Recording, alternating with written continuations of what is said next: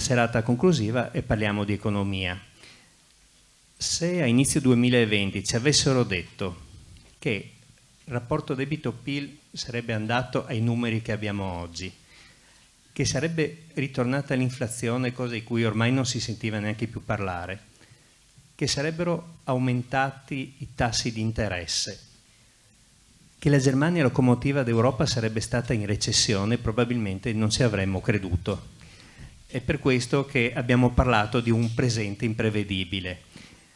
Per capire dove siamo e dove potremo essere nel prossimo futuro abbiamo chiamato i nostri ospiti di questa sera. Ringrazio innanzitutto il direttore dell'Istituto Bruno Leoni, Alberto Mingardi, prego.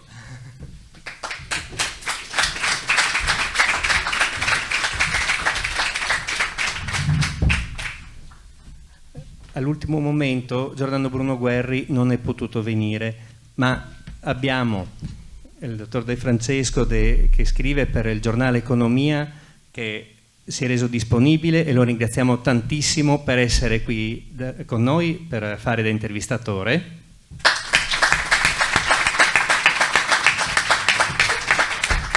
È stato presidente di Enel Sorgenia, ha contribuito a fondare Legambiente, di cui è stato segretario, collabora con il Corriere della Sera e il Sole 24 Ore, e con noi Chicco Testa.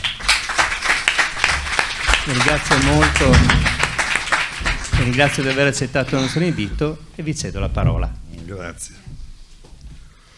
Buonasera a tutti, io sono Gianmaria De Francesco, mi occupo da circa 20 anni di economia per il giornale, mi occupo soprattutto di politica economica, ma una formazione finanziaria.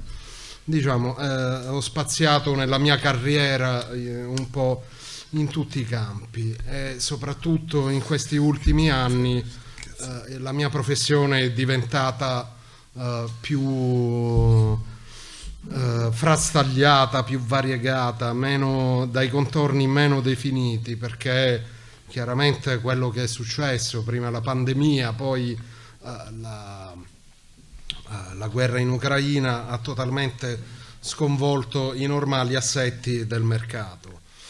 E quindi oggi, come è il tema del dibattito, bisogna anche pensare l'impensabile, adattarsi all'imprevisto. Sembra un motto quasi eracliteo, ma in realtà è la quotidianità che affrontiamo tutti, perché ci troviamo di fronte a uno scenario che fino a pochi anni fa, come ha detto appunto il curatore della manifestazione, il dottor Boranga, non avremmo mai potuto prevedere. Abbiamo un'inflazione che deriva soprattutto dall'incremento dei prezzi delle materie prime, che non sono legati alla domanda ma piuttosto a una scarsità dell'offerta. Abbiamo quindi una reazione di politica monetaria che è forse anche spropositata da un certo punto di vista, perché chiaramente se non c'è un aumento dei salari o dei redditi e si interviene sui tassi, chiaramente non si può poi pensare che l'aumento dei tassi, diminuendo la liquidità del mercato, possa poi determinare una normalizzazione della situazione. Generalmente, come stiamo vedendo, anzi l'Italia è una piacevole eccezione, determina una recessione, perché negli altri paesi, perché chiaramente abbiamo che i redditi e anche gli investimenti sono compressi da queste decisioni, perché è più difficile finanziarsi sul mercato, perché l'aumento dei prezzi comprime il potere d'acquisto e via discorrendo. Allora, con i nostri due eminenti ospiti possiamo discutere di questo scenario globale, sia perché il presidente Chicco Testa ha una lunghissima esperienza non solo in ambito economico, ma soprattutto in ambito energetico, che è il cuore diciamo, del problema che oggi noi stiamo affrontando.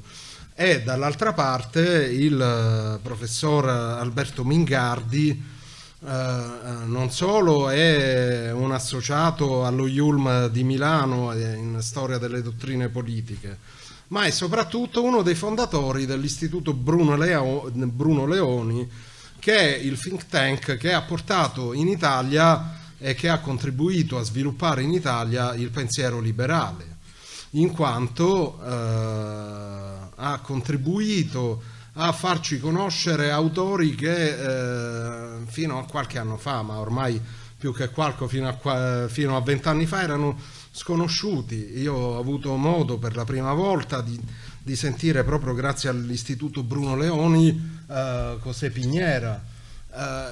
Per chi non lo conoscesse, è l'inventore del sistema previdenziale liberale, cioè quello che non è come quello che conosciamo noi in Italia, che è un meraviglioso schema Ponzi, dove con i nostri contributi paghiamo le pensioni di altri.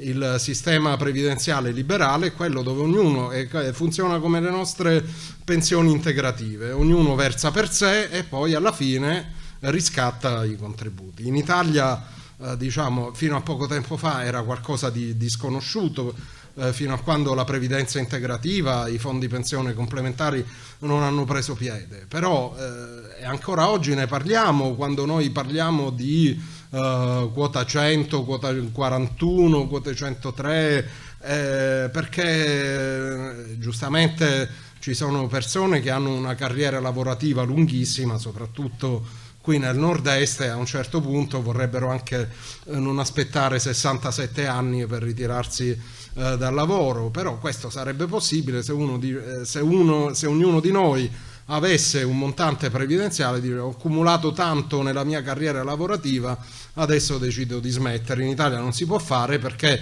i soldi che abbiamo versato sono stati già spesi e quindi dobbiamo aspettare che qualcun altro versi quello che ci è dovuto.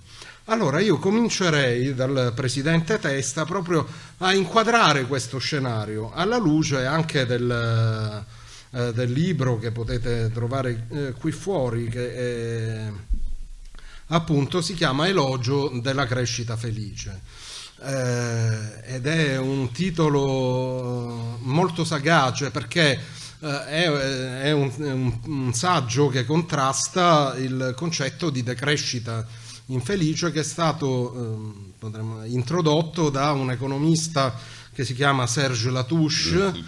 Si tratta di un economista, come dire, neomarxiano, nel senso che ci sono, anche perché l'economia è strettamente imparentata con la filosofia, e quindi hanno queste teorie neomarxiane che puntavano a come dire, liberare la soggettività compressa dal capitale, la faccio breve, estrinsecare la soggettività compressa. Secondo queste teorie sarebbe possibile se la nostra vita non fosse costretta a perseguire questo che è l'obiettivo della crescita, che è quella dell'economia di mercato. Quindi sono tutte teorie, come dire, contro l'economia di mercato, a favore della decrescita e a favore dell'autodeterminazione di ogni individuo. Qual è il risvolto negativo? È che a seguire queste teorie, che poi noi per certi versi vediamo applicate ogni giorno, anche se non totalmente. Per esempio, quando parliamo di queste svolte green, l'auto elettrica e la riduzione del 50% delle emissioni di CO2 entro il 2050, eccetera, eccetera, eccetera. Che cosa significa se non abituarci a decrescere perché non possiamo utilizzare modi di produzione che sono a noi congeniali? Ecco, io partirei proprio da questo scenario con il presidente Testa. Buonasera. Sono domande, scusate, io ho un po' di abbassamento di voce, quindi dovete avere un po' di pazienza. Sono domande molto complicate e molto difficili. ho imparato che l'unica forma di previsione che funziona sono i consuntivi. Con i consuntivi ci ragioni, d'altra parte mi pare che fosse proprio Keynes che diceva che le previsioni economiche sono la cosa che rendono credibile anche l'astrologia, cioè questa cosa che si avvicina di più all'astrologia, no? Poi io penso che se Marx incontrasse Latouche lo prenderebbe a calci nel sedere, perché Marx era un grande esaltatore dello sviluppo delle forze produttive, della tecnologia, della crescita economica, eccetera, eccetera. Ma detto questo, allora, noi dobbiamo cercare di collocare le cose in una certa prospettiva. Siamo in un momento sicuramente difficile, veniamo da un periodo come raramente la storia dell'umanità ha conosciuto, in termini di crescita economica, ma che anche in termini di miglioramento di indici che non si misurano economicamente.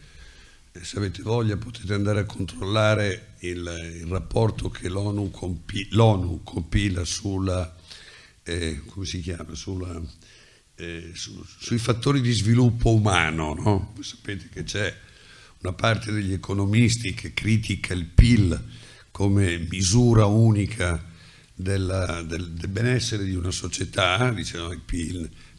Cominciò Bob Kennedy tanti anni fa, il PIL non misura la felicità, il PIL non misura questo, non misura quell'altro, eccetera. Allora l'ONU ha messo a punto un set di indicatori: durata della vita, l'istruzione, la violenza, eccetera, eccetera, e se voi guardate questi indicatori migliorano tutti in tutte le parti del mondo.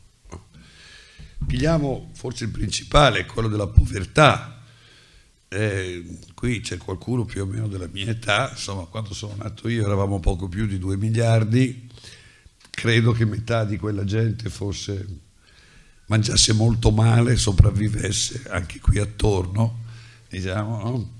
E la povertà superava il 50% della popolazione su 2 miliardi e mezzo di persone. Oggi siamo quasi 8 miliardi e vengono considerate povere meno di 1 miliardo di persone, quindi stiamo parlando di un 10-15% contro un 50% dell'immediato dopoguerra. Che cosa ha contribuito a questo enorme sviluppo delle società umane in ogni parte del mondo? Certo, naturalmente con grandi differenze, ma in ogni parte del mondo. Secondo me, ma insomma adesso mi affido poi al giudizio di gente più esperta di me, 2 fattori. Uno, l'immenso sviluppo tecnologico che c'è stato in questi 30-40 anni, con set di tecnologie completamente nuove in qualsiasi settore, miglioramenti tecnologici enormi, più importante se volete quello relativo all'introduzione dell'informatica, dei computer, ma non solo quello. 1 e 2, lo sviluppo della globalizzazione, della tanto criticata oggi globalizzazione, che ha consentito di sviluppare una rete di rapporti commerciali e di rapporti di import ed export tra le varie parti del mondo che ha arricchito un po' tutti. Ha arricchito certamente la Cina, la quale ha tirato fuori dalla povertà centinaia di milioni di persone, ma ha arricchito anche noi che abbiamo goduto di prezzi molto bassi, perché la Cina è diventata la fabbrica del mondo. E io non capisco che cosa ci sia di sostanziale in questa critica che sento continuamente, soprattutto a sinistra, nei confronti della globalizzazione, no? Di quelli che vorrebbero mangiare a chilometro zero, poi la sera vanno al ristorante e mangiano i sushi e tutte queste cose un pochino senza senso. E penso che questi fenomeni impazziti che il nostro presentatore ha ben introdotto derivino principalmente dall'arresto da un rallentamento del primo fattore e sicuramente da una crisi del secondo fattore. Se voi chiedete a me quello che io considero oggi il problema principale nel mondo, la crisi più grossa che c'è nel mondo, vi risponderei probabilmente i rapporti tra la Cina e gli Stati Uniti. I rapporti tra queste due grandi potenze saranno decisivi per il nostro futuro. Se tornano, tenete conto che oggi c'è un face to face, si fronteggiano, no? Si fronteggiano su Taiwan, si fronteggiano su tante altre cose, ma la Cina detiene alcuni triliardi del debito pubblico americano, cioè ha comprato buoni del tesoro americano. La sua bilancia commerciale dipende in grande parte dalle esportazioni verso gli Stati Uniti. Venissero a mancare queste cose, la Cina piomberebbe in una recessione drammatica, e ugualmente l'economia americana, pensate alla Tesla, visto che è stata citata l'auto elettrica, ha bisogno della supply chain, della catena di rifornimenti di tante cose che vengono dalla Cina. Questo con in più il problema ucraino, che ha messo Cina e Stati Uniti su due fronti, non dico opposti, ma quasi, secondo me, ha prodotto un impazzimento generale. Tu hai citato la questione dell'energia, effettivamente anche a me, se mi avessero detto che i prezzi dell'elettricità nell'agosto del 2002 sarebbero stati 10 volte quelli che io ero abituato a conoscere, che si registravano ogni giorno sulle borse italiane, avrei detto questa è frutto dell'immaginazione di una mente malata. Ma il mondo, ora a cosa era dovuto quell'aumento? Sicuramente in buona parte al fatto che abbiamo dovuto rinunciare al gas russo e poi abbiamo fatto l'embargo anche sul petrolio, eccetera, eccetera, per cui un grande fornitore di energia è stato, diciamo, virtualmente messo fuori gioco. Ma credo che in buona parte sia invece dovuto alle aspettative negative che si sono costruite su questa cosa, no? E quindi poi anche a tutti i fenomeni speculativi che ovviamente ci sono stati quando si vede che c'è il rischio che un bene venga in un qualche modo a mancare. Ecco.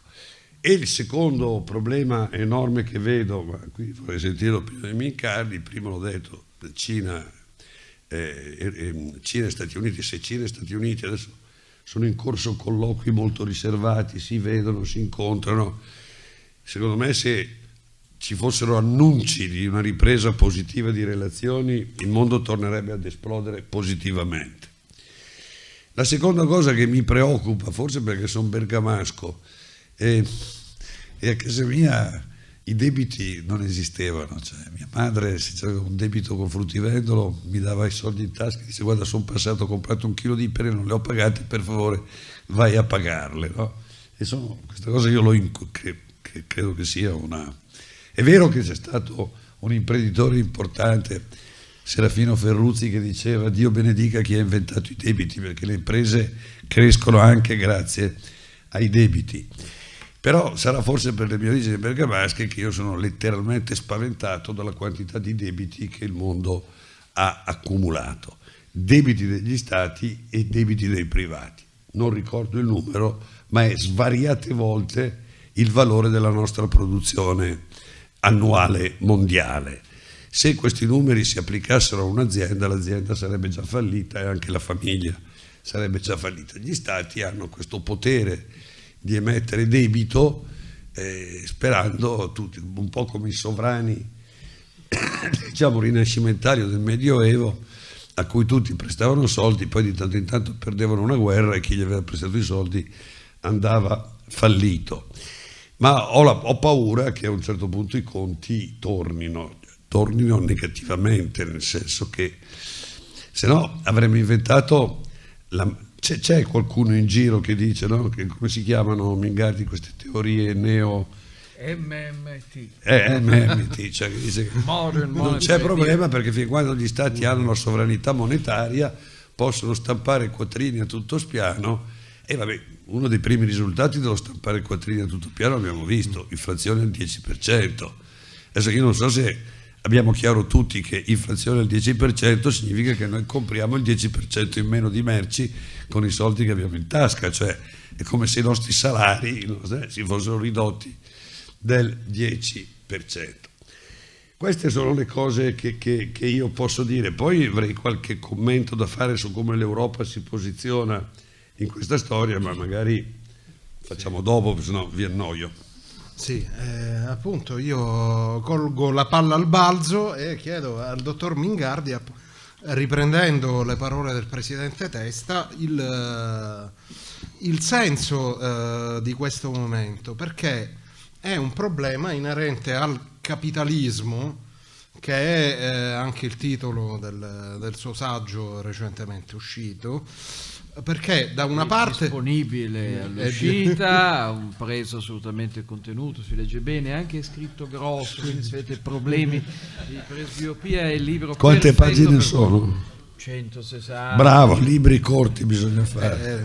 Ricordiamo anche Elogio della crescita felice, È che corto, anche scritto quello largo, si legge sì, facilissimamente. sono tutti di facile lettura e soprattutto come dire, vi consentono di affrontare il tema economico in una maniera che oggi dobbiamo definire non ortodossa. Perché non ortodossa? Perché il capitalismo, se in Occidente è connotato negativamente, lo sentite ogni giorno in televisione, il liberismo, il capitalismo, il liberismo si scrive con due B, liberismo. Anzi, il turboliberismo, è colpa del turboliberismo se i salari non crescono, è colpa del turboliberismo se ci impongono determinate politiche, è colpa del turboliberismo se le banche fanno profitti e poi invece noi siamo sempre in bolletta. Allora, invece il capitalismo è quello di cui la Cina sta cogliendo i vantaggi, ovviamente però avvalendosi di una struttura di potere e di controllo di tipo comunista, cioè sono comunisti ideologicamente, però sono capitalisti negli effetti, e questo crea questa disfunzione per cui abbiamo un Occidente virtualmente capitalista ma comunista, almeno ideologicamente, cioè comunista fra virgolette, socialista, è quello che anche quando parliamo di questa deriva ambientalista, no? E dall'altra parte abbiamo una Cina che è virtualmente comunista, però poi è capitalista perché ci rifornisce di beni, è il nostro principale partner commerciale, per cui l'Italia senza la Cina perde un mercato importante dopo gli Stati Uniti e la Germania, quindi la Cina è un mondo di cui non possiamo fare a meno. Cioè, che sta succedendo nel mondo del capitalismo? Beh, grazie anzitutto per l'invito, è veramente un piacere essere qui a discutere di cose letteralmente molto più grandi di noi. E come veniva detto giustamente prima da Chicco Testa, le uniche previsioni sensate sono quelle sul passato. È molto difficile fare previsioni, soprattutto sul futuro. Diceva, la mia è una citazione molto più banale, Yogi Berra, un grande allenatore di baseball americano. Che cosa... La Cina da questo punto di vista secondo me è utile per capire ciò di cui stiamo parlando. La differenza tra il capitalismo e tanti altri ismi è che il capitalismo non ha un suo manifesto e non è una cosa rispetto alla quale innanzi alle sue manifestazioni reali si può sempre dire no, però non è esattamente quello ciò che noi avevamo in mente, non era quello il socialismo che sognavamo, persino Pol Pot alla fine è stato compromesso col modello capitalistico occidentale, questo non si può dire. Il capitalismo alla fine è sostanzialmente ciò che avviene quando le persone hanno un po' di libertà economica, cioè quando possono decidere come disporre delle loro risorse, come disporne ovviamente da consumatori, questo è molto intuitivo, quando noi possiamo decidere che cosa comprare sostanzialmente, ma anche e soprattutto quando possono disporne come produttori, cioè quando le persone possono decidere come usare il proprio corpo, il proprio tempo, le tante o poche risorse economiche che hanno per cercare di offrire beni e servizi ad altri. E quello che è avvenuto in Cina, a dispetto di decenni di discussioni sul capitalismo statale con caratteristiche cinesi, è stato fondamentalmente una cosa, che a un certo punto in un luogo dove non c'era libertà economica, che significa se un signore provava a vendere delle noccioline per strada veniva messo in galera, perché l'attività economica capitalistica era un crimine, a un certo punto un signore che era Deng Xiaoping disse: aspettiamo, riportiamo in galera questo che ha cercato di vendere delle noccioline, aspettiamo, vediamo che cosa succede. E grazie a, come dire, spazi interstiziali di libertà economica, quello che è un paese che ovviamente, come dire, fa parte della storia del mondo, ha una tradizione commerciale, produttiva, culturale millenaria, grazie a un po' di libertà economica è riuscito a produrre quella straordinaria ricchezza che fa sì che oggi il tenore di vita di un cinese sia infinitamente migliore di quello che era 30 anni fa, ma che anche il nostro tenore di vita in qualche maniera abbia beneficiato, come diceva Chicco Testa poc'anzi, di prezzi più bassi. Quindi la questione del capitalismo è un po' questa, cioè il capitalismo non è una cosa che bisogna comprare un pacchetto. Sostanzialmente basta un po' di libertà economica per produrre esiti straordinari in termini di crescita.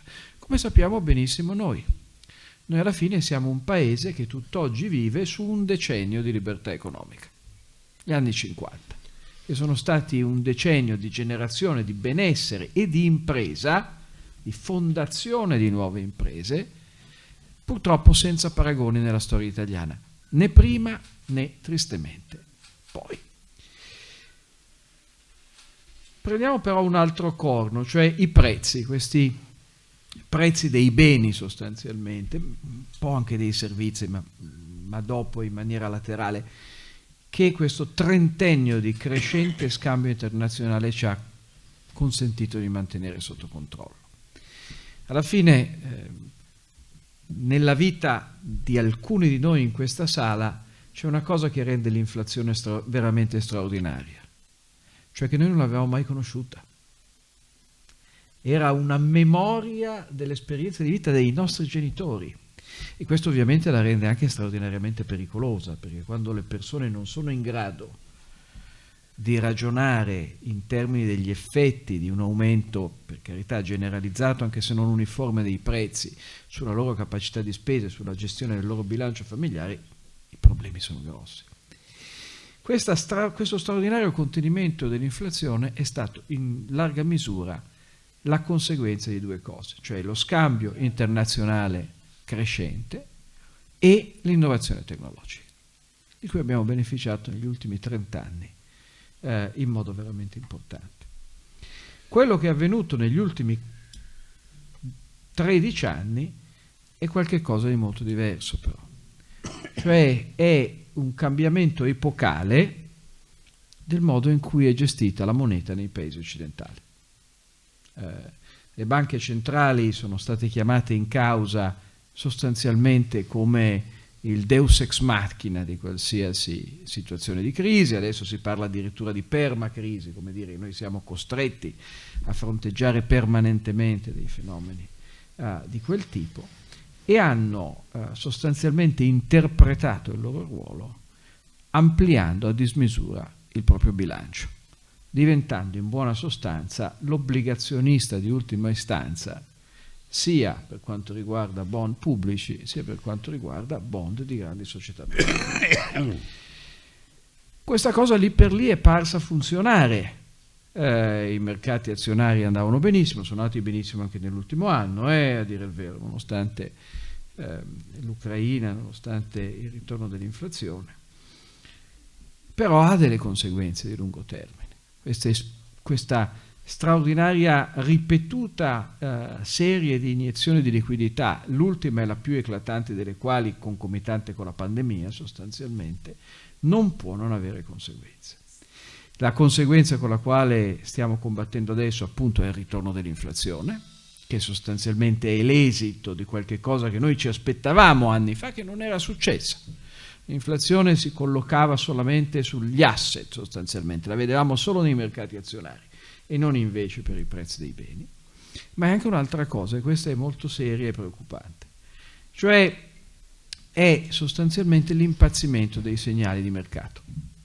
l'impazzimento di tutti i valori, l'idea che lo stesso mercato azionario non funziona più per fare il suo mestiere, che non è quello di crescere sempre, non necessariamente, è quello di trasmettere correttamente quelle che sono le aspettative degli attori economici rispetto ai valori di alcune imprese, di alcune produzioni. Questa è una novità storica straordinaria ed è anche qualcosa che influisce molto sul genere di clima che si diceva prima. Cioè la restrizione del mercato globale oggi sostanzialmente è una decisione delle elite politiche occidentali. Se voi leggete un discorso molto importante del consigliere per la sicurezza nazionale del presidente Biden, è scritto, cioè l'establishment statunitense vuole andare in una situazione di protratta e più dura conflittualità con la Cina. C'è un'idea abbastanza chiara del fatto che noi vogliamo un mondo a filiera più corta, sostanzialmente all'interno appunto di questo pezzo di pianeta. La vera domanda è che cosa farà il resto del mondo, perché il resto del mondo paradossalmente oggi, con alcune eccezioni ovviamente, il Venezuela, però il resto del mondo paradossalmente ha politiche monetarie un po' più convenzionali delle nostre, bilanci pubblici più in ordine, non ha avuto la leva di questo debito a sua disposizione e per ora ha bisogno di noi sostanzialmente perché il dollaro è la valuta di riserva mondiale. Però non è scritto nelle stelle che debba rimanere la valuta di riserva mondiale per sempre. Non è detto che non possano emergere delle alternative. E quindi la vera questione oggi paradossalmente veramente sotto tanti aspetti abbiamo dei dibattiti diversi ma simili a quelli degli anni 70. Una delle grandi questioni degli anni 70 era che cosa fare del terzo mondo. Adesso non lo chiamiamo più terzo mondo perché non si può. La parola è vietato, politicamente scorretta. È vietato. Però il sud del mondo credo, sarà il vero protagonista dei prossimi anni ed è anche giusto così sotto tanti aspetti.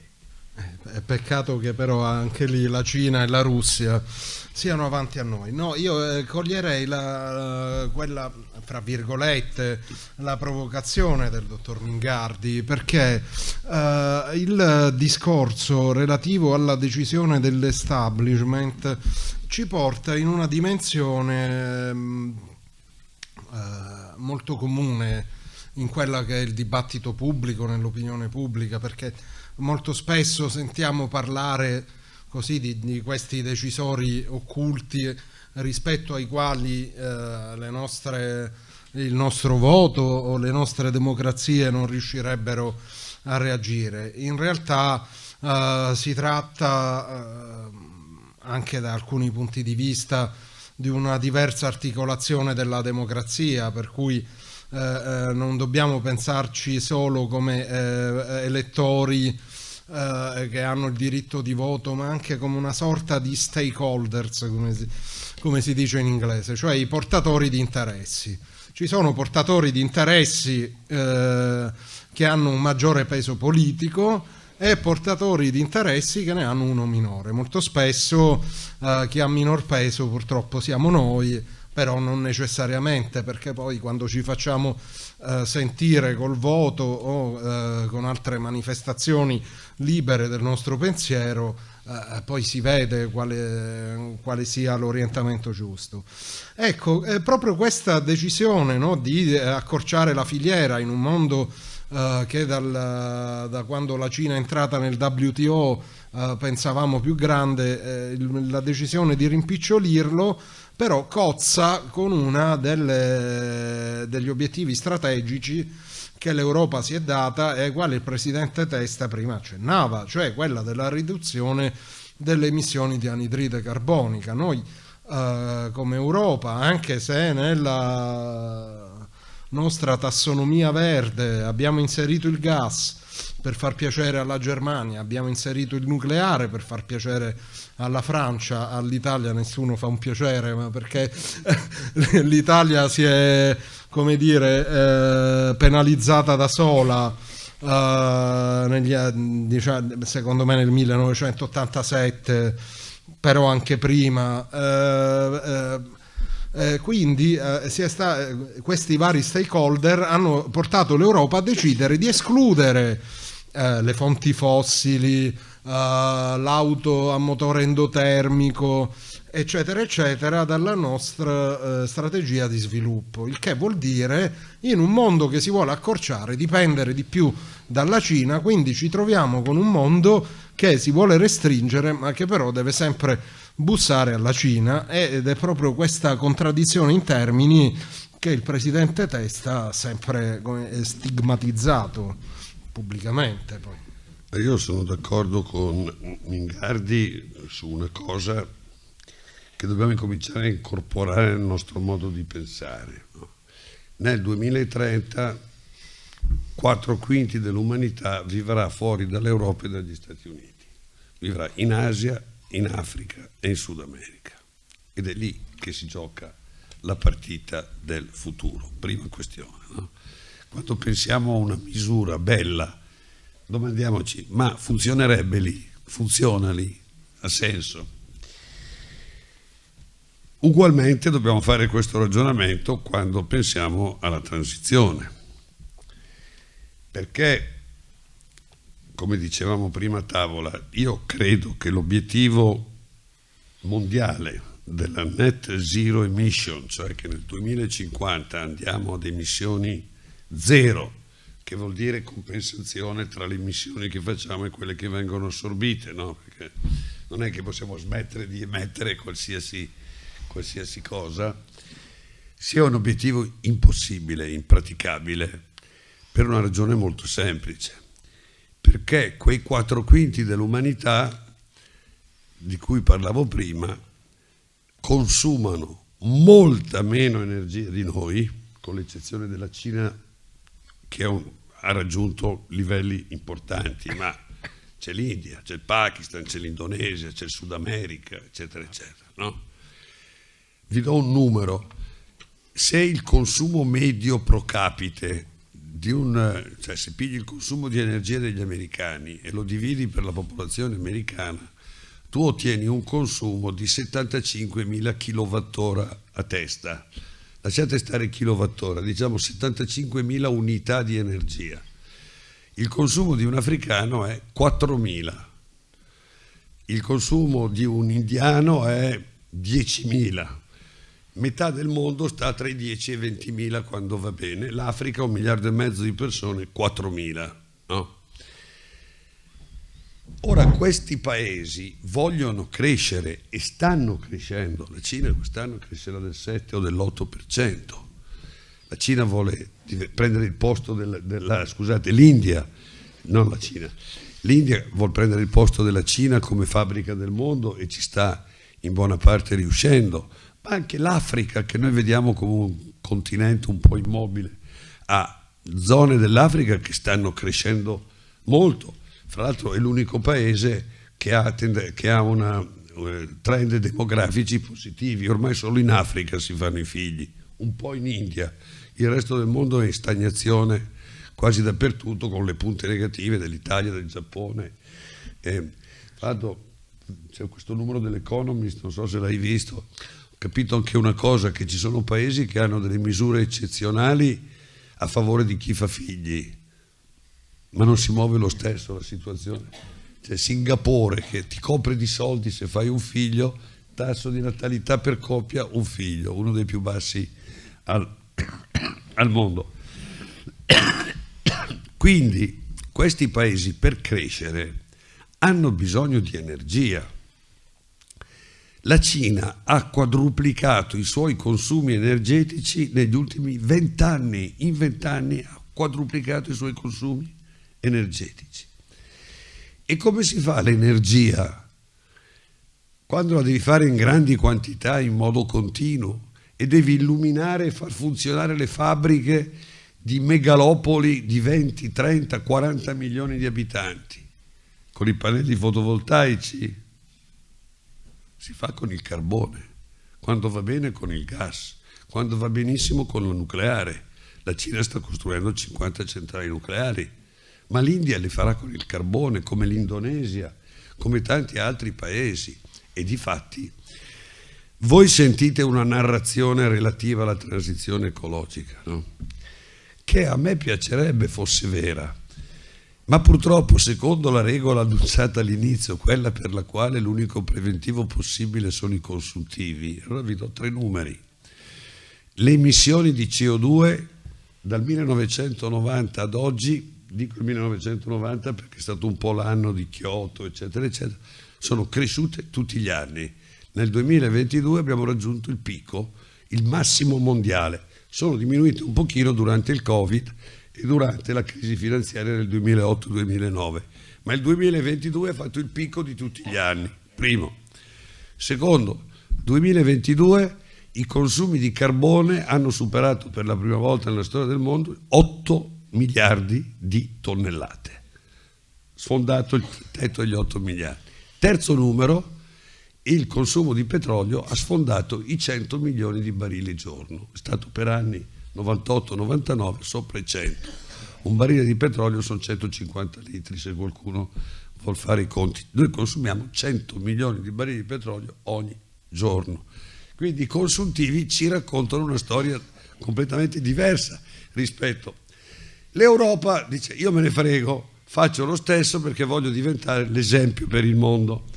Allora, Mingardi dice: sì, ma questo appartiene più alla politica dei fioretti che alla politica delle cose sostanziali. Io al posto di fioretto uso un'altra espressione, ma è simile, i placebo.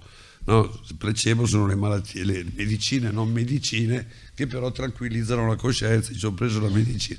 Mio padre faceva il medico condotto e siccome anche in paese c'erano gli ipocondriaci, no? Soprattutto persone anziane, vecchiette, che si stava sempre male, e allora lui, che aveva capito la storia, gli dava il placebo, un'acqua con dentro 3 goccette di qualche cosa, e loro andavano a casa contenti perché avevano avuto la loro medicina e stavano anche meglio, magari, no? Allora non è che noi non dobbiamo fare le cose che si possono fare. Per esempio, in questo momento installare pannelli fotovoltaici sui tetti, sulle fabbriche, eccetera, eccetera, è una cosa che sicuramente va bene fare, ma facciamo le cose che ci servono e che sono utili anche a noi, perché se invece in nome di obiettivi irrealizzabili, fra l'altro l'Europa, scusate, noi contiamo per l'8% delle emissioni totali, no? Quelli che contano sono gli americani, i cinesi, gli indiani, eccetera, eccetera, e la CO2 non è come l'inquinamento in Valpadana, non so se l'avete chiaro questo concetto, cioè se io qui a Pordenone ho una fabbrica che inquina, chiudo la fabbrica e finito l'inquinamento. La CO2 non funziona così, la CO2 è un fenomeno mondiale. Se io chiudo una sorgente a Pordenone e ne apro una a Shanghai più grossa, l'inquinamento diciamo, l'effetto serra aumenta, non diminuisce, no? E allora io trovo che ci sono degli obiettivi che noi ci siamo dati assolutamente impossibili, irrealizzabili o controproducenti. Quello dell'auto è uno degli obiettivi che tu citi. Ho letto un dato riportato dall'Economist l'altro giorno: esportazioni di auto tedesche in Cina meno 25%, importazioni di auto elettriche dalla Cina più 27%. No? Non abbiamo le batterie, non abbiamo le materie prime per farle, i pannelli fotovoltaici li compriamo tutti in Cina, non abbiamo leadership tecnologica su nulla. Adesso con la spesa pubblica, no? Un'altra volta si cerca di aprire queste mega factory di batterie, di pannelli fotovoltaici, eccetera, eccetera. Di semiconduttori. Ma è la corsa del gambero, no? Quindi trovo che c'è in Europa una mancanza di realismo in questo momento, anche in questa relazione complicata tra Cina e Stati Uniti. Io credo, ma è una domanda che faccio forse più che una a Mingardi, l'America ha deciso anche lei, come hai detto tu, di accorciare le catene, di fare un po' quello che si chiama riportare in America alcune produzioni, eccetera, eccetera. Io non ho capito onestamente quanto queste sono mosse strategiche o quanto sia che gli americani a un certo punto hanno detto: vabbè, non è che noi possiamo continuare a competere con uno che gioca con delle regole completamente diverse dalle nostre, no? Per cui la nostra economia diventa sempre più dipendente dalla loro, pensate ai semiconduttori, elettronica, eccetera, eccetera, e loro fanno un po' quel che gli pare, non accettano regole internazionali e tutto il resto. Credo che una parte di questa mossa sia dovuta proprio a questo, o forse mi auguro io in maniera un po' naif che se ci fosse un nuovo disgelo e una nuova, diciamo, un nuovo accordo sulla base di interessi comuni che oggettivamente esistono, forse anche questa tendenza, diciamo, potrebbe cambiare di segno.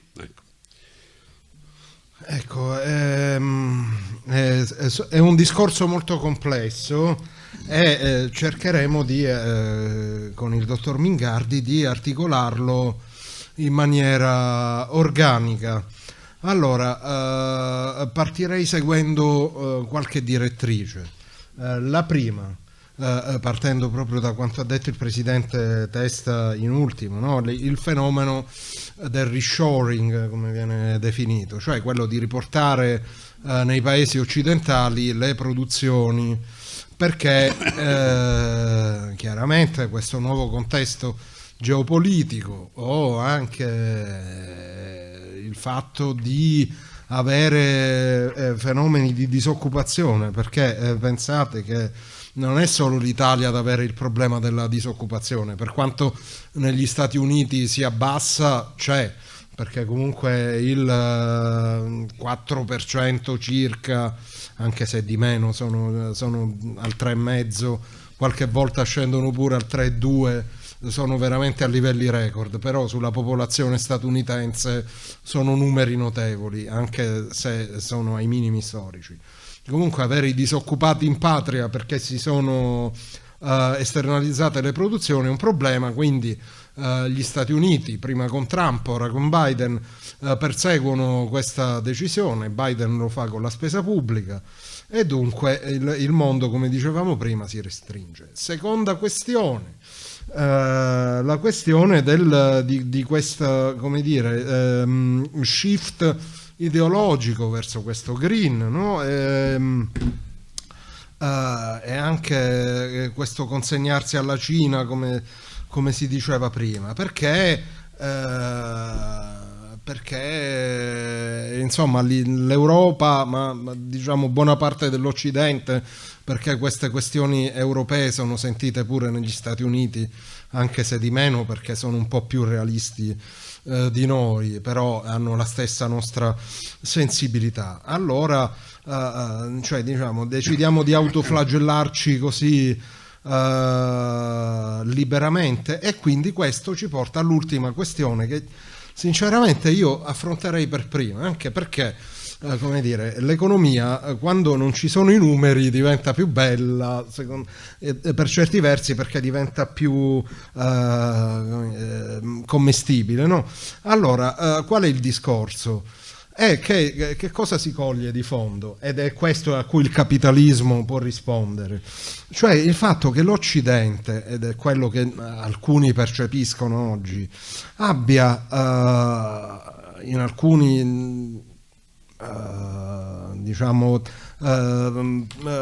autori, ma non dico solo autori, in alcuni maître à penser, ma anche diciamo c'è tutta una corrente di pensiero un po' anti-occidentale all'interno dell'Occidente, cioè c'è un Occidente a cui l'Occidente in quanto tale fa schifo, diciamocelo chiaramente. E allora, per punirci di quello che pensiamo che sia stato fatto di male in passato, allora oggi decide e promuove politiche come dire riparatrici, per cui noi rinunciamo alla nostra cultura, non dico la parola identità perché oggi come oggi è un po', però si può anche usare, rinunciamo alla nostra cultura, alla nostra identità, a tutto il nostro bagaglio storico, come dire, per riparare di qualche torto che avrebbero commesso i nostri antenati, e dunque rinunciamo anche alla bellezza del capitalismo, del liberalismo, perché se noi siamo come siamo è perché in Occidente abbiamo questa meraviglia che è il liberalismo, per cui non c'è più il vescovo, il re che ci dicono come ci dobbiamo comportare, siamo noi che possiamo decidere per noi stessi, però noi ci vogliamo limitare e vogliamo privarci di alcune libertà fondamentali in ragione di non si sa bene che cosa. Rispondere all'ultima questione sarebbe molto più facile se questa conversazione non fosse registrata. Ora, però comincerei dalla prima in realtà e andrei un po' in progressione. C'è una sola cosa buona del friendshoring e del reshoring, è che è il classico caso nel quale un conto è enunciare una politica, un programma, una linea di direzione, un altro conto è realizzarla. Una delle componenti di questo liberalismo, di questa identità occidentale, eccetera, è che noi organizziamo le nostre produzioni, ma in realtà anche i nostri consumi, sulla base delle nostre convenienze. Noi seguiamo le nostre convenienze, non dalla benevolenza del macellaio, del birraio, del fornaio, è esattamente quella cosa lì. Noi non interroghiamo sostanzialmente la nostra preferenza politica circa i comportamenti di altre persone, per esempio. Noi non andiamo a mangiare solo da qualcuno che ci è simpatico, noi non ascoltiamo una sinfonia solo se siamo d'accordo con lo stile di vita del compositore. Soprattutto noi costruiamo le nostre produzioni andando alla ricerca di quelli che sono i fattori produttivi più utili a realizzarle nel modo più economico. E questo non è ovviamente un processo fermo una volta per tutte. Coloro che fanno impresa sostanzialmente passano la vita a sostituire fattori produttivi, a cercare fattori produttivi più convenienti giorno dopo giorno, che siano materie prime, che siano lavoro, che siano fornitori di altro tipo. Questo è sostanzialmente il segreto del sistema, la ragione per cui questo sistema ha funzionato così bene per dare gli esiti che diceva Chico Testa all'inizio di questa conversazione. Dire semplicemente che dobbiamo scambiare con le persone che ci piacciono e basta, che è quello che stiamo dicendo, è molto facile a dirsi, è più difficile dal punto di vista della ristrutturazione di catene del valore molto complesse, e per fortuna sta avvenendo molto di meno rispetto a quanto viene detto e viene annunciato. Tra l'altro avrebbe dei problemi strepitosi, perché una delle cose più evidenti è che i paesi che si assomigliano, i paesi amici, tendono a essere paesi grosso modo con lo stesso livello di sviluppo. E non si scambia tra persone che si assomigliano, si scambia per definizione tra diversi. Si cercano altri partner che cercano cose che noi abbiamo e che loro non hanno e viceversa. Quindi il problema dell'aspetto ideologico del reshoring è che potenzialmente è dinamitardo del mondo che noi conosciamo. Per fortuna sono più importanti i proclami, perlomeno sinora, rispetto a quello che sta avvenendo nella realtà delle cose. La questione del green, ovviamente Chico Testa ha già detto tutto quello che andava detto. A me spaventa soprattutto una cosa, cioè a me spaventa che noi ci siamo convinti che le transizioni ecologiche o tecnologiche si ordinano al ristorante, che a un certo punto, siccome noi lo desideriamo ardentemente, una nuova tecnologia si produce che soddisfa un nostro bisogno. Non è così. Noi abbiamo avuto delle transizioni energetiche in passato importantissime, ma queste sono state sostanzialmente l'esito di processi in una certa misura casuali, dell'attività di inventori, scienziati, imprenditori. Non sono qualche cosa che noi abbiamo richiesto addirittura dandogli delle date, dicendo entro il 2030, entro il 2040, entro il 2050. Non è così che si determina il genere di innovazione che noi vogliamo. Mettere in campo ingente spesa pubblica a questo proposito, da tanti punti di vista, peggiora la situazione. Peggiora la situazione perché coincide sostanzialmente con la scelta di una tecnologia a dispetto di altre e invece non lascia spazio allo sviluppo di nuovi possibili strumenti per venire alle prese con quelli che sono problemi epocali. Da ultimo, l'Occidente ha perso l'anima.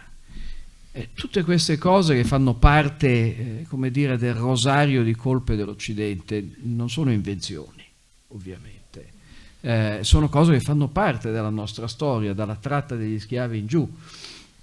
Non cancellare la nostra storia significa anche tener conto di questo. Ed è tutto evidente che, come dire, la responsabilità e la colpa attengono gli individui e non necessariamente generazioni successive agli individui che le hanno commesse. Ed è altrettanto evidente che quello che succede quando avvengono il genere di politiche alle quali facevi prima riferimento, cioè quando sostanzialmente si stabilisce una specie di handicap, come al golf, no? Che fa sì che tutti i giocatori non giocano lo stesso gioco, ma devono essere valutati diversamente in ragione di caratteristiche personali, in ragione del sangue che scorre nelle loro vene o del colore della loro pelle. Quando si fa una cosa del genere, ovviamente si vanno a falsare alcune delle regole della competizione. Si crea uno straordinario senso di entitlement, di diritti che prescindono da ciò che uno effettivamente ha fatto, e si vanno a costituire delle situazioni paradossali. Soprattutto si va a negare quella che è una triste verità, cioè questa: un italo-americano alla nascita ha, dal punto di vista del reddito, in questo caso non della speranza di vita, un orizzonte molto più interessante di quello che abbia un italo-italiano. Un irlandese americano alla nascita sa che guadagnerà molto di più di un irlandese irlandese. Persino un americano di origine tedesca guadagnerà di più di un tedesco in Germania. Non si può dire che questo non sia vero per un americano di origine africana, anzi è più vero. Dietro questo c'è una storia tragica e terribile, però per chi viene al mondo oggi non c'è dubbio che le sue prospettive di vita siano infinitamente migliori se viene alla luce nella più schifosa periferia di Detroit rispetto a quanto non sarebbe il caso se fosse venuto al mondo, fino ad oggi perlomeno, ovviamente da domani non lo sappiamo, nella stragrande maggioranza dei paesi africani. Allora, a questo punto potremmo cominciare ad avviarci verso la fine e porci degli interrogativi che poi sono quelli di tutti i giorni, no? Quindi partirei dal Presidente Testa chiedendogli, allora, visto che il dibattito attuale verte molto sul nostro PNRR che si sta cercando di curvare appunto per non perdere questi famosi 191,5 miliardi più 30 miliardi del fondo complementare, di curvarli verso l'energia perché vanno spesi verso il 2026 e molto probabilmente non ce la faremo, ma speriamo di farcela. Allora che cosa si potrebbe fare in ambito energetico per accelerare un po', comunque per cercare di arrivare il più lontano possibile? Ma più o meno ho capito dove andranno questi soldi, perché le cose sono già abbastanza chiare, andranno in ulteriori incentivi, e gli incentivi sono un altro grosso problema, perché incentivi soprattutto quando perdurano nel tempo, creano dei mercati drogati che poi non reggono alla prova dei fatti. Chiaro che tutti amiamo gli incentivi, no? Tutti abbiamo comprato la lavatrice nuova con il bonus tal dei tali, abbiamo cercato se è possibile di fare il 110, adesso tutte le imprese di costruzione si lamentano che non c'è più il 110, allora no. Quindi gli incentivi sono un'altra forma di droga, andranno molto nelle reti di distribuzione, andranno tanti soldi in tante cose che se non ci fossero i soldi pubblici non starebbero in piedi. È un bene o è un male? Lascio sospesa sulla vostra testa questa cosa. Io non nego che in alcuni casi i soldi pubblici possono servire a dare una spinta, ma deve essere una spinta, non può un'economia alimentarsi solo perché ci sono i soldi pubblici. I soldi pubblici dedichiamoli al welfare, alla salute, alla scuola, eccetera, eccetera, eccetera. Personalmente, l'altro giorno ho ascoltato il ministro Fitto, che come sapete è responsabile del PNRR. Diceva, noi abbiamo avuto 90 miliardi di fondi infrastrutturali dall'Europa da spendere in 9 anni, ne abbiamo speso il 35%. Adesso abbiamo 200 miliardi tra debito e grant da spendere in meno di 3 anni, andrebbero spesi entro l'inizio del 2026, primavera 2026 credo. Metà 23, 24, 25. Lui è ottimista, io credo che sarà impossibile.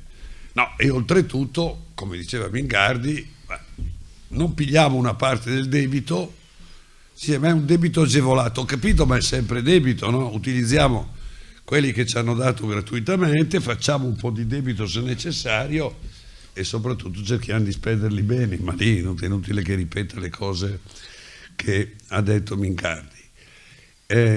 Però per chiudere vorrei tornare a una cosa che ha detto Mingardi all'inizio, su cui non avevo, una cosa se volete la palissiana, ma su cui non avevo mai riflettuto abbastanza bene, no?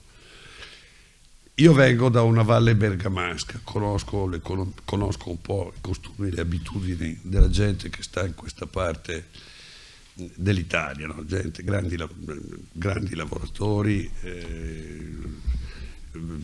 le valli del Bergamasco erano zone che, come il Veneto, come una parte del Veneto del Friuli, zone di immigrazione.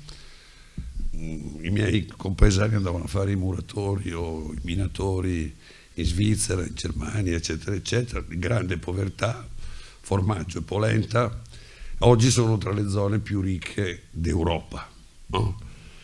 E questo è stato costruito su una grande capacità di lavoro, ma sulle basi che si sono messe negli anni 50 e 60, quando è nata buona parte dell'industria di queste nostre zone, perché nell'ansia della ricostruzione si faceva, no?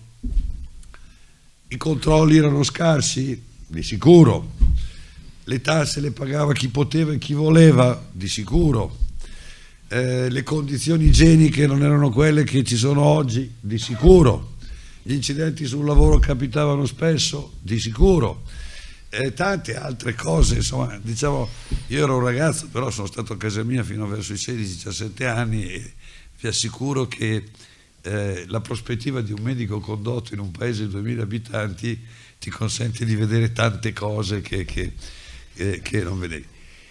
Va bene, dovevamo migliorare sicuramente, però ci siamo messi in una condizione in cui lavorare in Italia, fare impresa in Italia, cercare di rispettare le leggi e di fare le cose per bene è un atto di eroismo assoluto. No, io capisco perché tanti italiani che hanno messo su delle belle impresine a un certo punto se le vendono, portano a casa i soldi e vanno a giocare a golf a Miami, perché resistere ogni giorno, soprattutto poi se non hai le spalle grandi, noi dobbiamo, gli italiani hanno voglia di lavorare, sono bravi, anche al sud, non è vero, quando ci sono le condizioni, eccetera, eccetera, le cose si fanno, ma ci siamo imprigionati da soli e con questo aspetto poi, che a me dispiace molto, perché io posso essere molto critico rispetto alla nostra società, all'Italia, alla politica e tutto il resto, però non riesco a dimenticare e a non vedere come abbiamo cambiato profondamente la condizione degli italiani. Io vado in giro spesso a fare cose di questo genere, mi rendo conto che sotto i 40 anni, ma spesso anche sotto i 50 anni, non c'è proprio memoria di che cos'è stata la povertà, di come eravamo ridotti fino alla fine degli anni 50 e poi agli inizi degli anni 60, quando a casa nostra è cominciato ad arrivare un televisore, una piccola automobile, e poi la lavatrice, la lavastoviglie. chi faceva le vacanze? Nessuno faceva le vacanze, o le vacanze erano andare a casa della nonna che abitava in campagna, perché no. Cioè, e noi questa cosa dobbiamo continuare a spiegarla ai nostri figli, ai nostri nipoti, eccetera, eccetera, perché non ne hanno... Vi racconto quest'ultimo episodio e poi finisco, scusami. Un paio d'anni fa, vado un po' prima, c'era Camilleri. Camilleri ha una casa sulla Miata e io ho una casa a Manciano, che è lì vicino, vado in campagna e presentava un libro, e allora vado a sentire, ero curioso di conoscerlo, no? E presentava il libro di due maestre dei dintorni che avevano raccolto una serie di leggende e storie popolari, no? E le hanno raccolte in questo libro, si parlava, e hanno incominciato con la solita tiritera, no, perché quando ci si trovava tutti attorno al focolare e c'era lo spirito comunitario, la famiglia e le cose fatte a mano, eccetera, eccetera. A un certo punto non ne potevo più, ho alzato la mano, ho chiesto di parlare.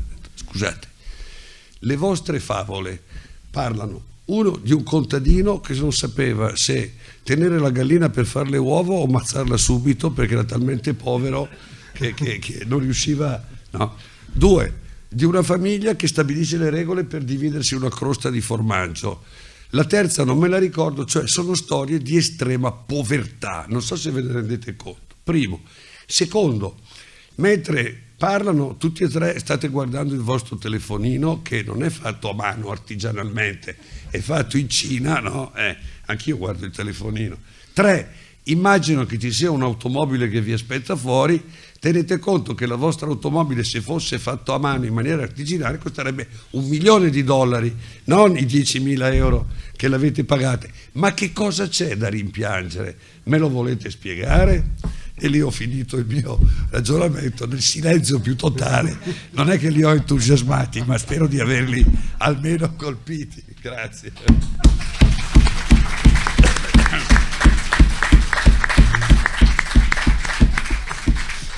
Ecco, è bellissimo, noi non dobbiamo avere rimpianti, dobbiamo avere nostalgia di qualcosa di migliore. Ora il problema, e con questo ci avviamo veramente alla conclusione, è per restare sempre nell'attualità. Il fatto è che le politiche di sviluppo devono, soprattutto in Italia, coniugarsi con una attenta gestione del debito pubblico, perché dall'anno prossimo torna in vigore il patto di stabilità, anche se sarà un po' più flessibile. Ecco, io penso che sia molto utile, per concludere, dare una visione d'insieme, visto che abbiamo parlato non solo dei massimi sistemi, ma dell'attualità, di come possiamo avere un futuro all'altezza del nostro passato, diciamo.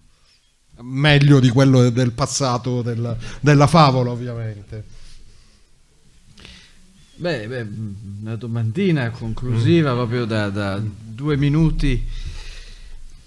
In un certo senso la storia di successo del nostro passato dimostra qualcosa di ovvio, cioè che l'economia è quello che avviene tra la tempia destra e la tempia sinistra delle persone.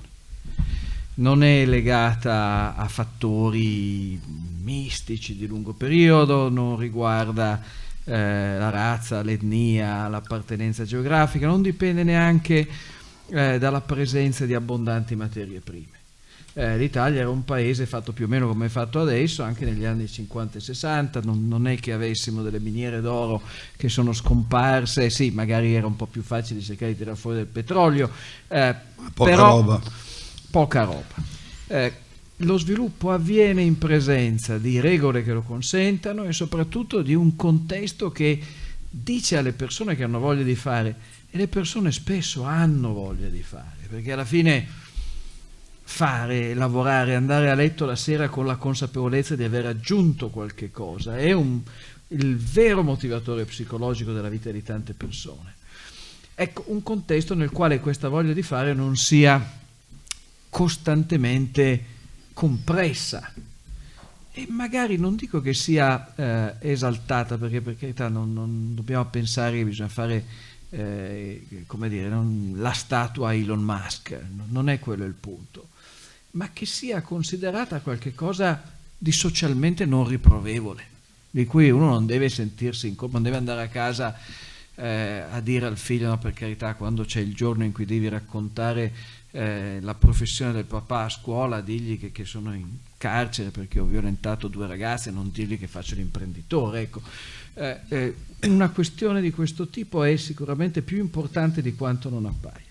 Detto questo, però, siccome in contesti come quello di questa sera tendiamo sempre a vedere il bicchiere mezzo vuoto, secondo me è molto importante quanto diceva Chicco Testa poc'anzi. È normale vedere il bicchiere mezzo vuoto. C'è un proverbio russo che dice che un cucchiaio di miele non migliora una strisciata di catrame, e in compenso una punta di catrame rovina un barile di miele. No, noi vediamo sempre tutto quello che noi siamo fatti proprio come esseri umani, sì, per seguire, per pensare alle cattive notizie. Ci piace lamentarci, tra l'altro è una delle più grandi soddisfazioni che un essere umano abbia con se stesso. Tendiamo naturalmente a vedere il male anziché il bene.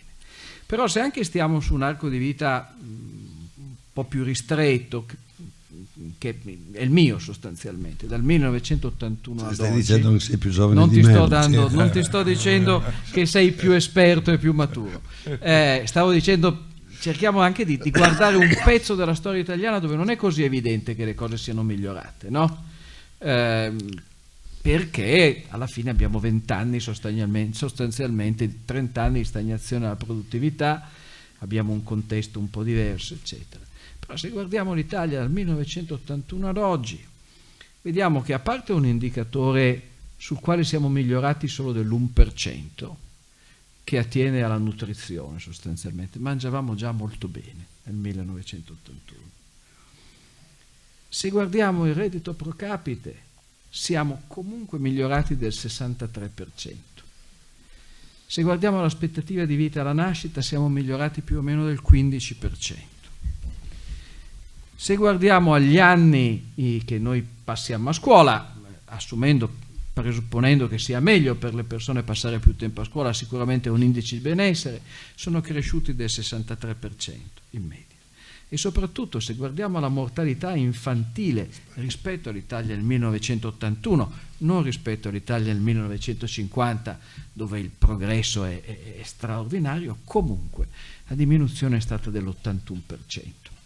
Quindi anche nel corso degli ultimi 42 anni, che capisco che è un numero che interessa solo a me per ragioni personali, però insomma, per dire, in questo periodo comunque sia la nostra situazione è straordinariamente migliorata, nonostante tutto, nonostante quel clima, nonostante il fatto che ci siamo messi in galera da soli, nonostante tutte le difficoltà che sempre sperimentiamo. E forse ogni tanto bisogna guardare anche il bicchiere mezzo pieno e imparare, diciamo così, a essere felici anche delle cose che riusciamo a esprimere. Benissimo. E ricordando che nel 1981 avevamo i dati del censimento, per cui è un anno emblematico. Per esempio è un segno di civiltà il fatto che stiamo qua una sera a discutere pacatamente con tutte queste persone di cose più o meno intelligenti. È una bella civiltà, no? Ringrazio ancora il presidente Testa e il professor Mingardi. E grazie al nostro abilissimo moderatore. Grazie a Gianmaria De Francesco.